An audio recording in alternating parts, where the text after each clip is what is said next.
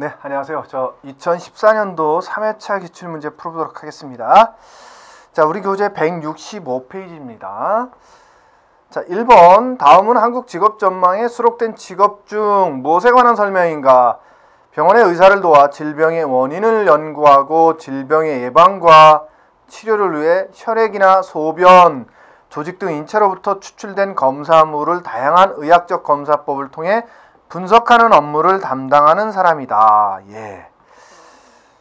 뭘 것 같습니까? 여러분들 생각에. 예, 임상병리사 얘기하는 거죠. 예, 임상심리사는 심리 쪽의 문제를 다루는 거고요.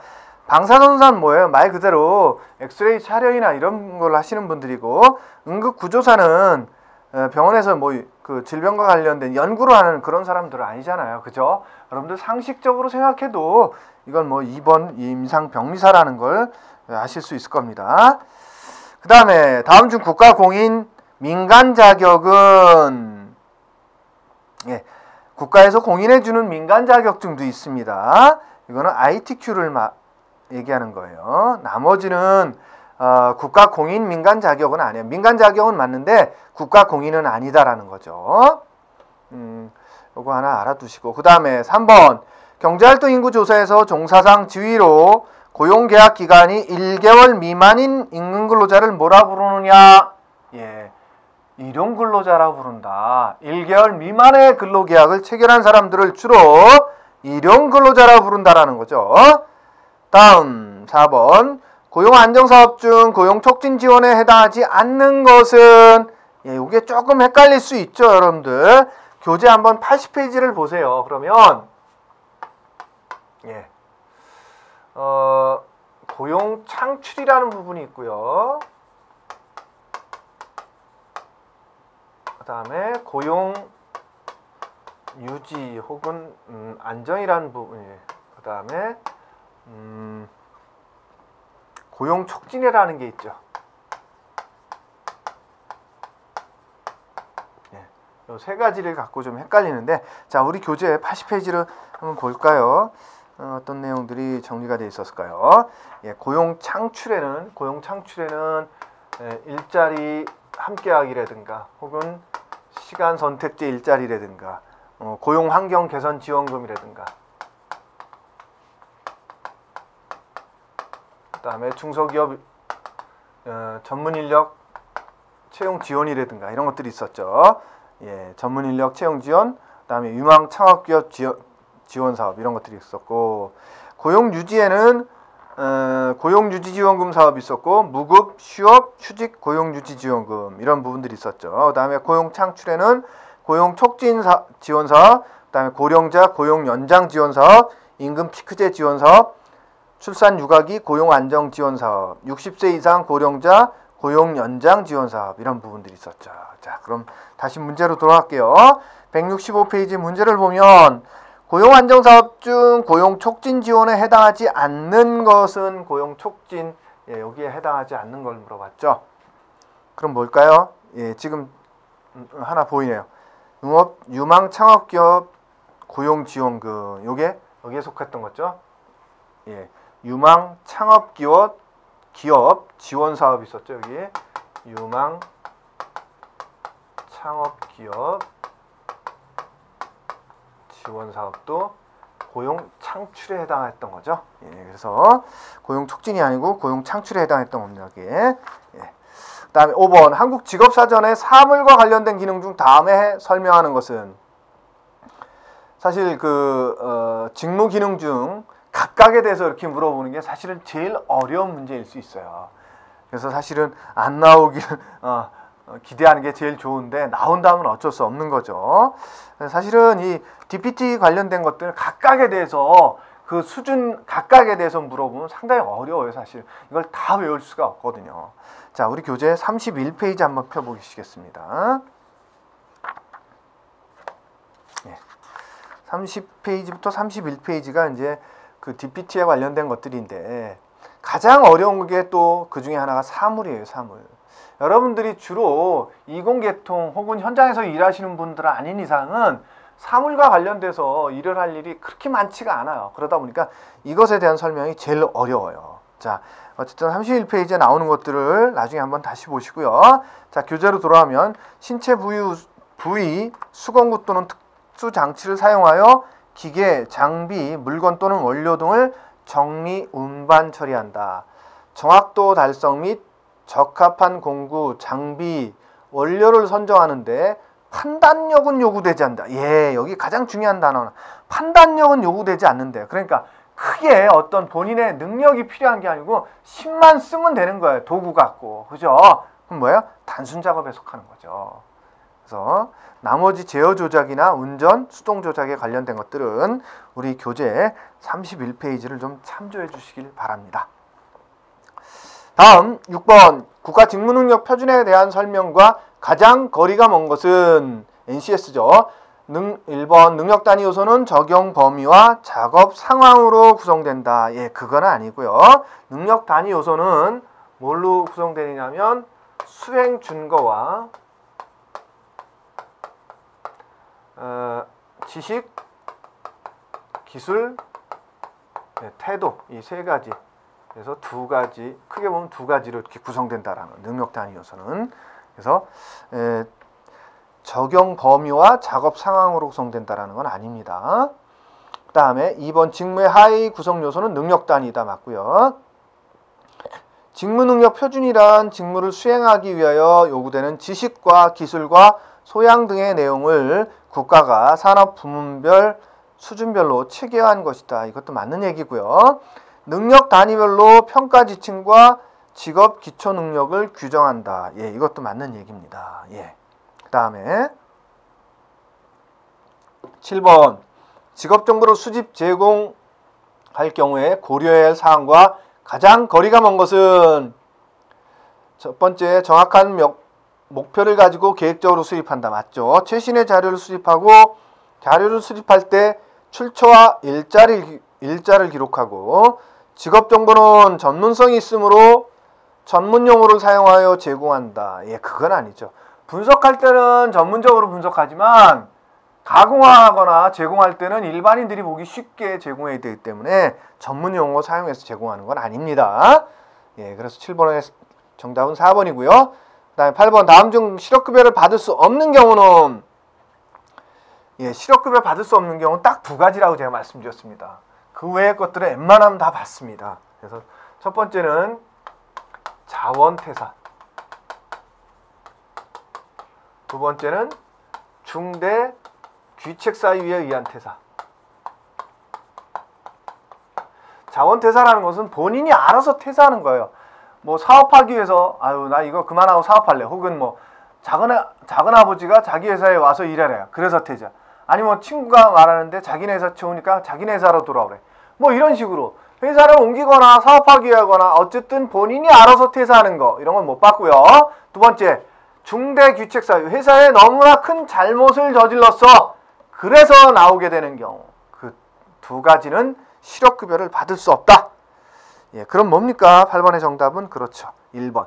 다른 직장으로 옮기기 위하여 퇴직하는 경우라는 거죠. 이땐 뭐 이게 자원퇴사예요. 두 번째 도산이나 폐업, 회사의 경영사정에 의해서 그만둔 경우도 봤고요. 신기술 도입으로 도저히 새 업무에 적응할 수 없어 그만둔 경우도 마찬가지고 배우자와의 동거를 위하여 주소를 이전함으로써 통근이 곤란하게 되어 이직하게 되는 경우도 실업급여 받을 수 있어요. 자, 9번 한국표준직업 분류에서 분류 원칙에 대한 설명으로 틀린 것은 포괄적인 업무의 경우에는 직무 내용상 상관성이 많은 항목에 분류한다. 이게 주된 직무 우선 원칙이죠. 그 다음에 다수직업 종사자의 경우는 취업 시간이 많은 직업을 택한다. 맞는 얘기죠. 포괄적인 업무의 경우에는 높은 수준의 직무 능력을 필요로 하는 항목에 따라서 분류한다. 예, 최상급 직무 수준 우선 맞죠. 그 다음에 재화의 생산 및 공급 과정이 상이한 단계에 연계된 업무의 경우에는 공급 과정에 관련된 업무에 따라 분류한다가 아니라 어떤다? 생산 업무에 관련된 업무에 따라 분류한다 라고 되어야 되겠죠. 그래서 4번이 잘못됐습니다. 생산 업무 우선 원칙인데 예, 공급 과정은 전혀 상관없는 얘기입니다. 그 다음에 10번 한국 표준 산업 분류의 분류 기준으로 틀린 것은 산업 분류할 때 첫 번째 산출물, 두 번째 투입물, 그 다음에 세 번째 생산활동의 일반적인 결합 형태죠. 소비활동이 아닙니다. 예, 그래서 세 번째가 잘못됐네요. 생산된 재화의 특성, 생산된 재화가 뭐예요? 예, 산출물이죠, 산출물. 예, 그래서 세 번째가 잘못됐습니다. 그 다음에 11번. 민간 직업 정보와 비교하여 공공 직업 정보의 특성에 관한 설명으로 가장 거리가 먼 것은, 예, 민간 직업 정보와 공공 직업 정보에 대한 것들을 묻는 것도 거의 빠지지 않고 나옵니다. 그래서 우리 그 교재에 나와 있던 박스 있죠? 민간 고용 정보와 공공 직업 정보를 비교해서 나왔던 박스, 그거 반드시 외워두시기 바랍니다. 2차 시험에서도 나옵니다. 자, 어쨌든 두 가지를 설명할 때 가장 거리가 먼 공공직업정보의 특성과 관련된 설명 중 가장 거리가 먼 것이었죠. 1번 필요한 시기에 최대한 활용하도록 한시적으로 신속하게 생산 운영된다. 이거는 공공이 아니고 뭐예요? 민간직업정보죠. 그래서 1번이 잘못됐네요. 그 다음에 12번 워크넷에서 제공하는 성인용 직업 적성 검사의 적성 요인과 하위 검사를 짝지은 것으로 틀린 것은 1번 언어력, 어휘력 검사와 문장 독해력 검사가 있었고요. 수리력 검사는 계산력 검사와 자연 해석력 검사가 있었고, 추리력을 판단하는 검사는 수열 추리 1, 2와 도형 추리가 있었죠. 사물 지각력 검사는 지각 속도 검사는 맞는데 기호쓰기 검사는 아니에요. 기호쓰기 검사는 협응 능력을 판단하는 검사예요. 그래서 여러분들 교재 105페이지에 나와 있으니까 여러분들 다시 한번 확인하시기 바랍니다. 그 다음에 한국표준산업분류의 분류구조 및 부호체계에 대한 설명으로 틀린 것은 1번 분류구조는 대분류 알파벳 문자로 사용하고 중분류 두 자리 숫자, 세분류 세 자리 숫자, 소분류 세 자리 숫자, 세분류 네 자리 숫자로 4단계 구성이 아니고 하나 더 들어가요. 세분류 5자리에서 5단계로 구성이 됩니다. 그래서 1번이 잘못됐네요. 두 번째, 부호 처리할 경우에 아라비아 숫자만 사용한다. 이것도 맞는 얘기죠. 그 다음에 분류 항목 간의 산업 내용의 이동을 가능한 억제했으나 일부 내용에 대해서는 연계 분석 및 시계열 연계를 위하여 부록에 수록된 신구 연계표를 활용하도록 했다. 이것도 맞는 얘기입니다. 중분류 번호 01부터 99번까지 했고 중간중간에 여백을 두었다. 이것도 맞는 얘기죠. 다음은 14번 한국표준산업분류에서 산업결정의 방법에 대한 설명으로 틀린 것은, 예, 이것도 굉장히 많이 나오고 있는 시험 문제 중 하나죠. 첫 번째, 생산 단위의 산업활동은 그 생산 단위가 수행하는 주된 산업활동의 종류에 따라 결정된다. 맞죠?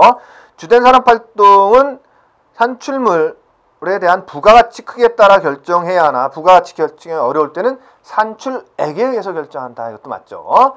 세 번째, 계절에 따라 정기적으로 산업을 달리하는 사업체의 경우에는 조사 시점에서 경영하는 사업과는 관계없이 관자가 빠졌네요. 관계없이 조사 대상 기간 중 뭐예요? 매출액이 아니고 산출액입니다. 산출액. 판매액이 아니고 산출액이 많았던 활동에 분류된다. 이 세 번째가 잘못됐네요. 휴업 중 또는 자산을 청산 중일 때는 휴업 중일 때는 영업 중, 청산 중일 때는 청산 전, 설립 중일 때는 개시 이후의 활동에 따라 결정한다. 맞는 얘기죠. 15번 한국직업사전의 직업 강도에 대한 설명에서 손에 들거나 팔에 걸거나 어깨에 메고 물체를 한 장소에서 다른 장소로 옮기는 작업은, 예, 뭐겠어요? 운반이죠. 운반. 이곳에서 다른 곳으로 옮긴다 그랬잖아요. 그럼 운반이죠. 들어올림 뭐예요? 밑에서 위로 올리거나 위에서 밑으로 내리는 이런 것들이 들어올림이고요. 밈은 뭐예요? 내가 힘을 써서 작업자의 반대 방향으로 물체를 움직이는 거를 밈이라고 해요. 당김은 뭐예요? 반대로 작업자 쪽으로 끌어오는 거죠. 그게 당김인 거예요. 다음에 16번 2014년도 현재 계좌적합 훈련 과정으로 인정받을 수 있는 것은, 예, 계좌적합 훈련 과정으로 인정받을 수 없는 경우가 몇 가지가 있었죠. 그게 뭐예요? 단순한 취미나 오락 뭐 이런 것들, 그 다음에 스포츠나 혹은 여가 이런 것들, 그 다음에 세미나나 이런 정보 교류를 위한 것들, 그 다음에 뭐였어요? 자격증 몇 개의 과정에 대해서 취득하는 과정을 인정 안 해준다 그랬죠. 그 자격증이 여기 나오는 공인노무사, 변리사, 공인중개사입니다. 외국어 가정도 실업자에게는 안 되는데 재직자에게는 돼요. 재직자에게는. 그래서 16번에는 정답은 3번입니다. 그 다음에 17번 2014년도 처음 시행되는 국가기술 자격 종목은 이게 2014년도 기출문제이기 때문에 2014년도를 물어봐요. 그래서 매년 그 해년도에 새롭게 신설되는 자격증이 있으면 그 해년도에 물어봐요. 그거 갖고. 그래서 자 2014년도에 처음 신설된 거는 온실가스 관리 기사라는 게 있어요. 그 외에 우리 해설편에 보면 나왔듯이 그린 전동 자동차 기사, 반도체 장비 유지보수 기능사, 온실가스 관리 기사와 산업기사 이렇게 이런 부분들이 2014년도에 처음 시행됐다라는 거죠. 그 다음에 18번 한국직업사전의 부가직업정보에서 정규 교육에 관한 설명으로 틀린 것은 해당 직업의 직무를 수행하는 데 필요한 일반적인 정규 교육 수준을 의미한다. 맞죠? 현행 우리나라의 정규 교육 과정의 연한을 고려해서 그 수준은 6개로 분류했다. 이 맞는 얘기고요. 해당 직업 종사자의 평균 학력을 나타낸 것이다. 이건 아니에요. 예. 필요한 학력을 나타내는 거지 평균 학력은 아닙니다. 그 다음에 독학, 검정고시 등을 통해 정규 교육 과정을 이수하였다고 판단되는 기간도 포함된대요. 예. 다음에 19번 국가기술 자격 서비스 분야의 종목별 응시 자격으로 틀린 것은 스포츠 마케팅 관리사, 텔레마케팅 관리사, 직업 상담사 이런 분야는 2급에 있어서는 자격 제한이 2급에 있어서는 예, 이것도 마찬가지로 그냥 텔레마케팅 관리사, 스포츠 경영 관리사는 자격 제한이 없는데 임상심리사 1급은 굉장히 자격이 좀 응시 자격이 까다롭죠. 임상심리와 관련하여 2년 이상 실습 수련을 받은 사람 또는 4년 이상 실무에 종사한 사람으로서 심리학 분야의 석사 이상의 학위를 취득한 사람 혹은 예정자만 볼 수 있다라는 거죠. 다음에 컨벤션 기획사 1급은 해당 종목의 2급 자격을 취득한 후 응시하고자 하는 종목에 속하는 동일 직무 분야에서 2년이 아니고 3년 이상 실무에 종사한 자예요. 그래서 4번이 좀 잘못 설명했네요. 그 다음에 한국표준직업분류에서 일반적으로 완벽하게 읽고 쓸 수 있는 능력과 정확한 계산 능력 그리고 상당한 정도의 의사소통 능력을 필요로 한다.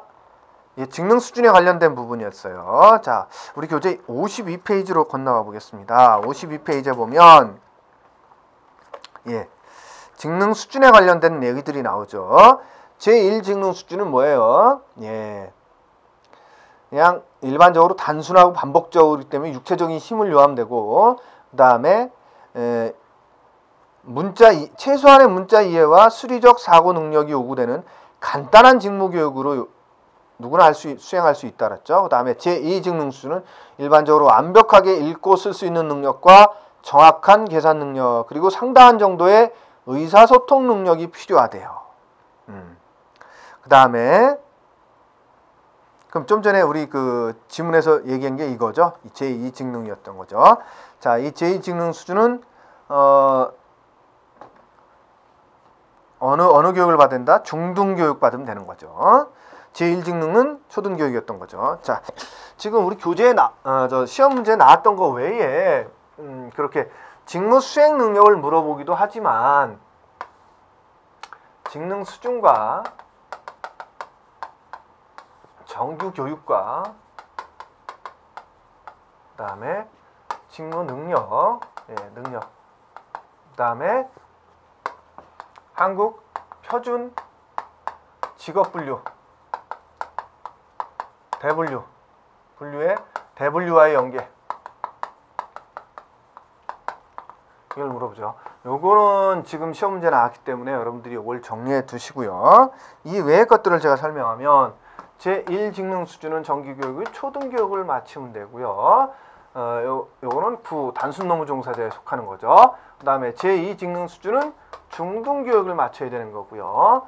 제2직능 수준은 3번 사무종사자에서부터 시작해서 8번에 속하는 그 대분류 8번에 속하는 것들이 제2직능 수준이었고 3직능 수준은 중등교육 플러스 1에서 3년의 추가적인 교육이 필요하다 그랬죠. 우리로 말하면 보통 뭐 전문대를 나온 수준이 되겠죠. 그 다음에 4직능 수준은 학사 이상이다. 4년제 이상을 나와야 되는 거죠. 그래서 3과 4직능 수준은 뭐였다? 1번 관리자와 2번 전문가 및 관련 종사자가 연계되어 있다. 요거 꼭 기억하시기 바랍니다. 이렇게 해서 요번 회차도 모두 마쳤습니다. 여러분들 늘상 하는 얘기지만 저와 이렇게 하는 수업 시간 외에도 여러분들 개인적으로 자습을 통해서 조금 더 미진한 부분이라든가 혹은 완전히 이해가 안 되는 부분이 있다면 교재를 다시 정리하는 그런 시간을 갖도록 하십시오. 수고하셨습니다.